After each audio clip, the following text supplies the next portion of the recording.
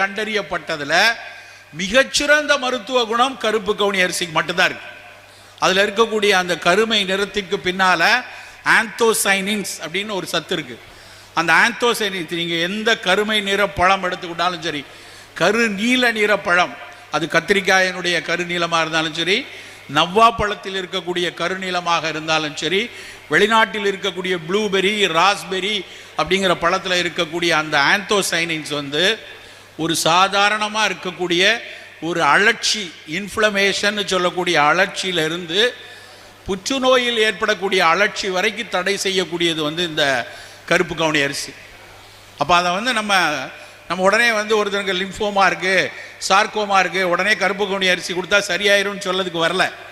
ஆனால் தினம் தினம் அதை சாப்பிடும்போது, ஒரு பிடி அரிசியாவது அதை சாப்பிடும்போது புற்றுநோய் வருவதற்கான சாத்தியம் கண்டிப்பாக குறையும்.